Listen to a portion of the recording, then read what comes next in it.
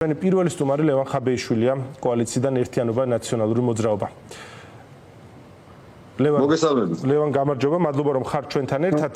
პირველ რიგში, ხა აი მოკლედ აღწერეთ ის გარემოებები, როგორც მოხდა ეს ტრაგედია და ის პროპაგანდა, რაც ძალიან მალევე მოაყოლეს, ხო? ამ მსხვერპლს, რომ როგორმე ოღონდ პასუხისმგებლობა მერიას არ დაეკისროს. ვინმე პასუხისმგებელი არ იყოს. ეს არ არის პირველი შემთხვევა, ხო? ოცნების ქალაქში ბათუმში რო ტრაგედია მოხდა, იქაც არავინ არ იყო პასუხისმგებელი. აი ამ კონტექსტზე რომ გააკეთოთ თქვენი პოლიტიკური შეფასება, მათ შორის საიდან მოდის ეს კონტექსტი და რა როლს თამაშობს კორუფცია ამ გარუკითხაობაში? მოგესალმებით, ვიუსალმებით თქვენს მაყურებელს და აი ეს უყურეთ ამას ქართული ოცნების ჩინოვნიკი რომ მოდის ეს იაკეთებს მარტო აი ფული ეს აინტერესებს მარტო ამის იქით არაფერი არ აინტერესებს და თუ ფული არ არის მე არაფერ შუაში არ ვარ ვიღაცა დაიღუპა მე არა მე რატო იმის ბრალია კახი კალაძემ ვაკის პარკში გახსნა შადრევანი ჩაწერა ვიდეო რომ მობძანდით ხალხო აქ შადრევანია რაღაცა მოვაპირკეთ მეორე დღეს ბავშვი დაიღუპა ანგელოზი ბავშვი დაიღუპა არანაირი სამართლებრივი და პოლიტიკური პასუხისმგებლობა ამ ადამიანს არ აუღია ეს მართლა სერიული მკვლელი რომელიც უთანმოყვარეოდ ფულის გამო მზად არის კვლელის სტატუსით იაროს ბავშვების მკვლელია მოიცა მე დაუძახე მე გავარემონტე მე დავდიოდი იქ და ვაკის პაი მე დენი და მე თვითონ ვამოწმე ბრელებს მოგვიწოდა მოდითო და ბუკვალურად მეორე დღეს მოკვდა ბავშვი მეორე ამბავი რიყის დოკებთან რომ ბავშვი რა უდოდა იქ ბავშვის ბრალია აბა შობლის ბრალია იქ რა უდოდა ბავშვს ეს კაცი არის ჩამოყალიბებული მკვლელია თქვენ რასაც აქ საუბარი რაზეა რომ ესე იგი გაბზარული იყო ატომის შეტყობინება შევიდა გადავცემთ შესაბამის ორგანოებს ეს რაღაცა სამსახურებს რობოტის ხმით გეტყვის ვიღაცა და იმის მერე კაცშვილი არ მოდის რატო რომ მოვიდა გაიხედა გამოიხედა ფული სად რჩებოდა ფული არ იყო მანდ ფული ვერ იშოვა და წავიდა დაანება თავი. ამიტომ მარტივ რამეს გეტყვით, აი კალაძე რო PR-ში ხარჯავს ოფიციალურად 5 მილიონ ლარზე მეც. აი მისი Facebook ლაივები რო გვიждდება, რაღაც დაჯაჯული შარვით რო დადის და რო გვეფრანჭება. 5 მილიონი ლარი იხარჯება. არ უდოდა ამას 5 მილიონი. 300.000, 500.000 ლარად ამ შენობას მაგ რაღაცა ეგრეთ წოდებულ სინკარს მოხსნიდა, რომელიც საფრთხეს არ შეუქმნიდა ადამიანებს სიცოცხლეს. ეხლა რო აუკვიატებიათ, ხალხი არ გადიოდა ასობით ადამიანი გადაადგილდებოდა იმ მისამართზე ყოველდღიურად. მაღაზია აქვს ქვემოთ, სავაჭრო ობიექტებია და ადამიანებს თავში და ღმერთმა გადაგვარჩინა კიდე ჯერ მწუხვარ ვიზიარებ დაღუპული ოჯახებს ამ მძიმე მკვლელობას ფაქტობრივად, იმიტომ რომ მაღალი თანამდებობის პირებმა თვალი დახუჭეს რაღაცა კორუფციის გამო და ეს ადამიანები ამას შეეწირნენ. მაგრამ ღმერთმა გადაგვარჩინა რომ ეს ხვეპლი კიდე უფრო დიდი არ არის. იმიტომ რომ ცხელა და გარეთ არ დადიან ადამიანები, თორემ მაღაზია იქვე ერთნაბიჯში, ვიღაცა ნაყინსყიდის, ვიღაცა ხილსყიდის, ჩვეულებრივი სავაჭრო ობიექტები, ათობით ადამიანი გადაადგილდება. ბეწვზე გადავრჩით რომ ეს ციფრი კიდე უფრო დიდი არ არის. მაგრამ იმ ადამიანებისთვის ვინც დაიღუპა, ვინც დაშავებულია და კალაძე დგას და ეს მესამე ხარისხის, მეხუთე ხარისხის რაღაცა ბიუროკრატიას ყვება. ეს არის აბსოლუტური მკვლელი მორალ გარეშე, აი მორალის გარეშე გაღწნილი ადამიანი, აბსოლუტურად თანამდებობის და ფულის გამო ყველაფერზე წამსვლელი. თორე კიდევ ამბობ, აგერ იყო ვაკის პარკის შემთხვევა, აგერ იყო რიყის დოკების შემთხვევა, ეგერ გდანში, ესე იგი ავარიულ კორპუსში, შახტაზე, ლიფტის შახტა, ხალხი იხვეწებოდა რომ აბა დაგვეხმარეთ, ლიფტის შახტა ჩავარდა, ბავშვი ადამიანი გარდაიცვალა. ბავშვების ბრალია. ხალხი მიდის იქ, ესე იგი თანამდებობის პირები რომ განცხადება გააკეთონ რომ ხალხის ბრალია, კაცო, აბა ჩვენი ბრალი ხო არ არის. მარტივ რამეს გეუბნებით, 5 მილიონს ხარჯავს PR-ში. ესე იგი 100.000 ლარამდე ჯდება კალაძის რაღაცა საზოგადოებასთან ურთიერთობის სამსახური, ვიღაცა გაუგებარ ტიპებს რო აქვს 3, 4, 5, 6, 7, 8.000 ლარი ხელფასი. რაში Facebook live ჩართო გამორთო. და გვაცნობა აი ეგ რაღაცას ვაგებ. მაგ თანხის მიათედად დაჟე მიათედიც არ არის დაჟე საჭირო კალაძის ენაზე რო ვთქვათ იმისთვის რომ ეგ რაღაცა სინკარი ჩამოიღო და პრობლემა მოეგვარებინათ როგორ შეიძლება რაინით ლაპარაკობენ ეხლა ხალხის ბრალია ხალხმა ესენი არიან სერიული მკვლელები და უნდა გვესმოდეს რომ ამათ კორუფციას გარდა იმისა რომ კორუფციაში და ასე ვთქვათ ჩაფლულები არიან და ბავშვებს ლუკმას უღებენ პირიდან ხო აი გაჭირებული 150.000 ბავშვი რო შიმშილობს იმათი ლუკმა მია კალაძეს კობახიძეს დინარაძეს ლილუაშვილს ღარიბაშვილს არ ვიცი აი ამ ბანდას ბიძინა ივანიშვილს ლუკმას ართმევენ ბავშვებს და ლუკმის წართმევის იქით უკვე მკვლელობაზე არიან გადასულები მათი გულგრილობის გამო ეხა საქმის აღძრაზე საუბრობთ თანამდებობრივი გულგრილობა სამსახურეობრივი გულგრილობა ეს არის ის მუხლები, რომელიც მიესადაგება, აი ვთქვათ, ამ გამოძიებას. და ვისი გულგრილობითაც და უპასუხისმგებლობითაც იმას აქნა, რა ქვია, მოხდა ეს მსხვერპლი, ხო?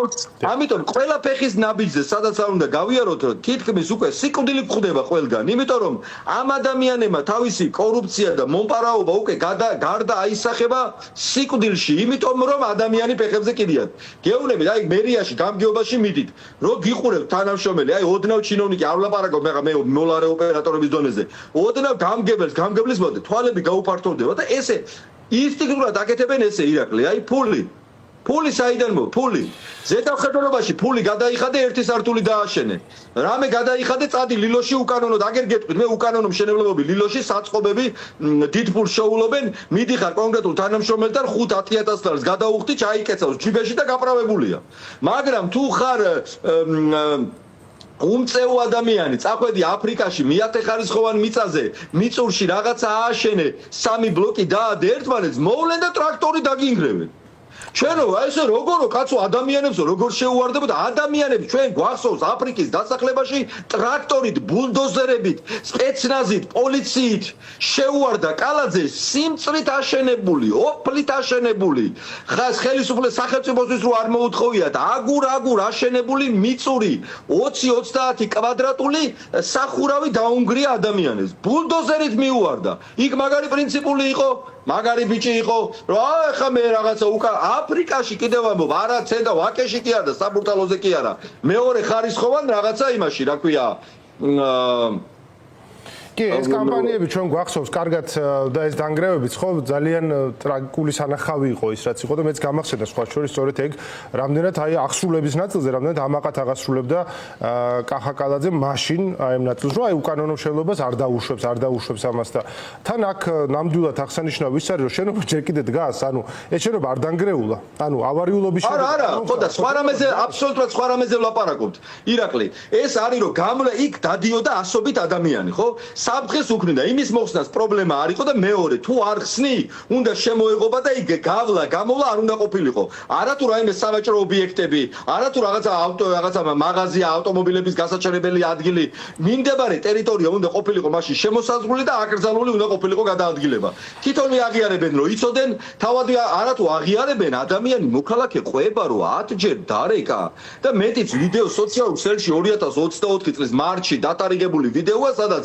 ადამიანი ხვება რომ აი ეს ინგრევა ჩამოვარდება საფრთხეა იმის მერე 10 რო თავი დავანებოდა 3 წელს რო თავი დავანებოდა 1 წლის წინ ადამიანი ხვება რომ ჩამოვარდება ეს ადამიანი ხვება 10 ჯერ დავრეკე მერიაში იცოდნენ რომ ეს საფრთხე იყო არა უშავს ეხლა ხო ნუ ჩვენ უთხარით მოსახლეობას და რა მოსახლეობას ხალხი გამოდიოდა ასობით ადამიანი ყოველდღიურად გადაადგილდებოდა მაგ ტროტუარით სავაჭრო ობიექტი იყო ეს გეგეუნებით ეს კაცი აბა ყოფილიყო ის ადგილი სადაც შეიძლებოდა ფული შოვნა ვერ მიასწრებდით კალაძეს და წულაიას მის ნათელმირონ არქის და ჩაგიდგამდნენ კორპუს დიდი სიამოვნებით აგერ კიდე გეუნებით რა აბსოლუტურად კრიმინალური ასე ვთქვათ სიკვდილის ბანდების გარემოცვაში ცხოვრობთ და ბიძინა ივანიშვილმა უკვე ჩამოაყალიბა ხო ეს აღარ არის რაღაცა მერია ეს არის ბანდ ფორმირება მხედრიონის მსგავსი დაჯგუფება იარაღებით შეიარაღებულები ოღონდ ვიღაცას უბრალოდ შავალკოსტუმი აცვია რა იქ შევსაუბრობთ ხოლმე ამ თემებთან დაკავშირებით და ნუ დიდი ნაწილი გამართდა ამ ნაწილიდან და სამწუხაროდ იმედია თორნიკე ჯვაძე გადარჩა და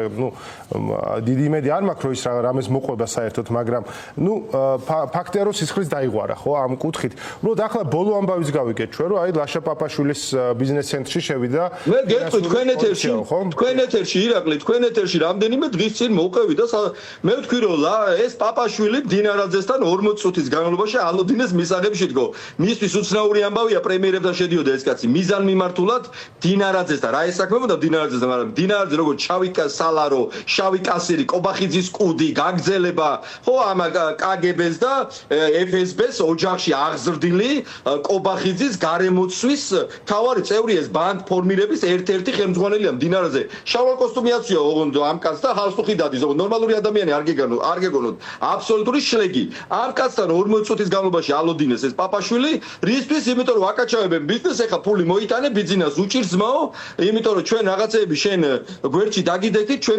ბიზნეს პირობებში იშოვე ფული და ფული მოიტანე ძმაო ფული მოიტანე ეს ამბავი მოვყევი რაღაცა და ერთი კვირა არ არის გასული აგერ დღეს ვცელდება ინფორმაცია რომ მოდის ბიზნეს ცენტრში რაღაცა ფინანსური შევიდა, რაღაცებს ხოვენ. ბიძინას აქ გადაწყვეტილი ირაკლი უნდა მე ამას ჰაერზე კი არ ვამბობ. მისი გარემოცვა ლაპარაკობს ამაზე. აღარ არის და გუში ნახეთ კობახიძემ რა თქვა, რომ ხაბეიშვილსო და ნოდარ მელაძესო ინფორმაციას ვაწვდიან, რომ ჩვენი გუნდიდან წასული კორუმპირებულები ვიზე მიანიშნებს ლილუაშვილზე, გომელაურზე, ღარიბაშვილზე, ანუ თავად არის ეჭვებში ხარო, აბა რომელი აძლევს ამათ ინფორმაციას. ამ ეჭვებშია, ხვდებით, ანუ ის ადასტურებს, რომ მის გუნდში ეს ლილუაშვილი და ეს ხალხი კორუმპირებულები არიან, 1000 დანაშაული ჩადიან და ტყუილი კი არ ასაწყობი. უბრალოდ ისინი ეუბნებიან კაცო ამას.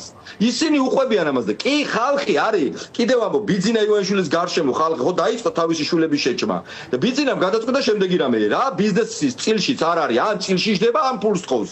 ან ნომინალური ტიპი ჩამასმევინე ძმაო, ჩემი წილი, ან არა და ქეში მოიტანე. ქეში არ მოგაკ, მაშინ დაგიჭერ, ზარალა ხარ, აგერ გააჩერე საფრანგეთში მიდიოდა, რაღაცა რიჟვაძის საქმეშიც იყო, რომ რიჟვაძის კორუფციულ ამბებში, იარაღი იმასაკნეს, აგერ ჩხაიძემ რაღაცა, იგერ შვილი დაუჭირეს და მოდი ახლა სურათი გადაიღე, შენ მოდი კობახიძეს და სურათი გადაიღე. ხო, აგერ ეს კინტის სკანდალში პაპაშვილი, აგერ ბიზნეს ცენტრში ვიღაცა შეუშვეს. ეს რა თქვენ შემთხვევითი გონიათ ყველაფერი? აგერ ბაჩიაშვილთან მივიდა აწამა ადამიანი, მისი ახალგაზრდა კაცი, რომელიც მისი გარე მარჯვენა ხელი იყო. ეს კაცი აწამა სიკვდილამდე მიიყვანა კობახიძემ, ესე იგი და მდინარაძემ საჩუქარი გაუკეთეს ბიძინა ივანიშვილს. ესენი მკვლელები არიან, ირაკლი, არ უნდა კონდეს ვინმე წარმოდგენა, რომ ესენი ნორმალური ადამიანები არიან.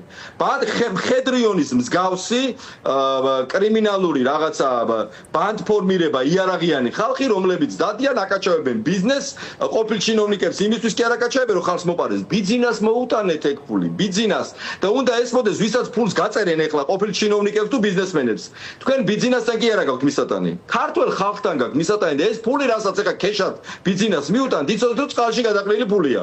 რატო? იმიტომ რომ სამართლიან სასამართლოს წინაშე რიჟვაძედან დაწყებული, ბევრით გაგრძელებული ფულის მოტანა მოუწევთ, იმიტომ რომ 100 მილიონი დოლარი გაციცკნეს ქართულ ხალხს.